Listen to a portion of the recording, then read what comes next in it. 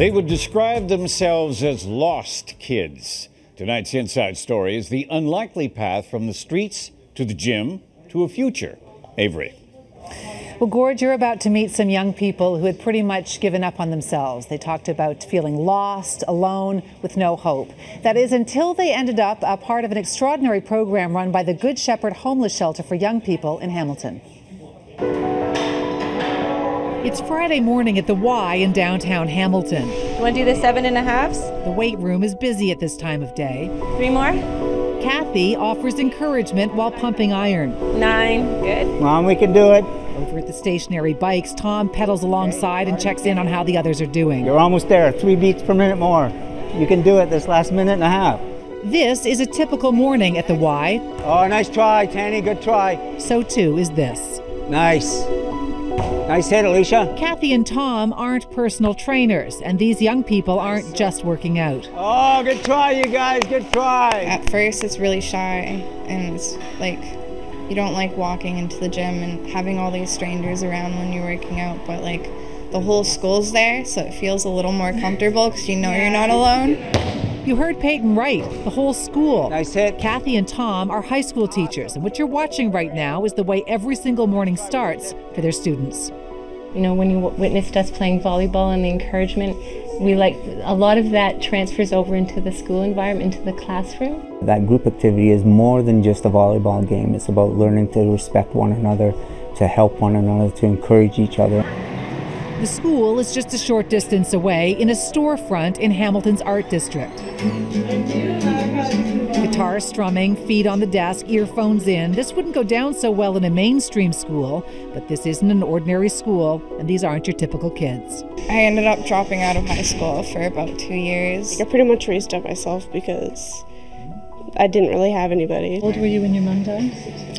I was 9, and my sister was 6, so it was like a really tough time. You were describing the school to me earlier as a place where a lot of kids kind of lost their way, and they found it in this classroom. And definitely. This unique program was set up by the Notre Dame Homeless Shelter, and it's for kids who haven't been able to graduate from a mainstream high school. They're just kids who've had some difficult circumstances and fallen off track and might not have the support that other kids have. And then they end up on the streets, or they end up homeless, and then they sometimes end up here. Just the equation. When we get them for 6 hours a day, we do get to see the good in them. So we know it's there, and we're just trying to promote that becomes more of their lifestyle than negative choices or poor choices. Okay, guys, we need to get our schoolwork out. Kathy and Tom walk around offering help Everybody in the world. Yeah, the Kyoto Protocol. as the students work on their independent lessons. These were all handed in. And while they are racking up credits, they're also gaining something just as valuable, self-esteem. I was really alone, but then I came here and then I realized I'm good at writing, I'm good at drawing, I'm good at a lot of things. I honestly had to do everything wrong the first time to learn how to do everything right in my life, and I've been to some pretty dark places, and I don't know, this school just has so many resources and opportunities. Kathy and Tom are a unique combination of teachers, personal trainers, surrogate parents. It's really funny though, because it is kind of like a mom and dad situation all the time. It is literally like we're family.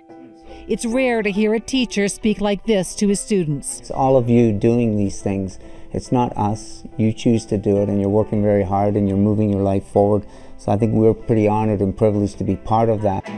Even more unusual, perhaps, to hear a one-time dropout describe school like this. I can guarantee you one thing about this school is probably all of us have walked in here with a frown or in tears or angry or depressed, but you will never leave this school without a smile on your face. So true.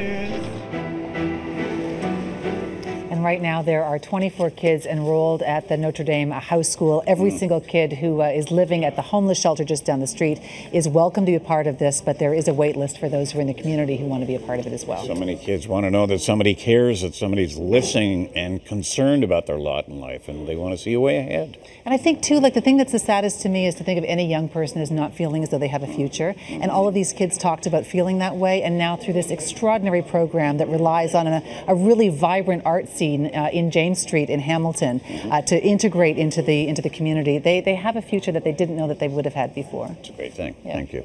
You can reach out to Avery on Twitter, the address @CityAvery. The Inside Story airs Tuesday and Thursday, and all segments can be found on our website, citynews.ca.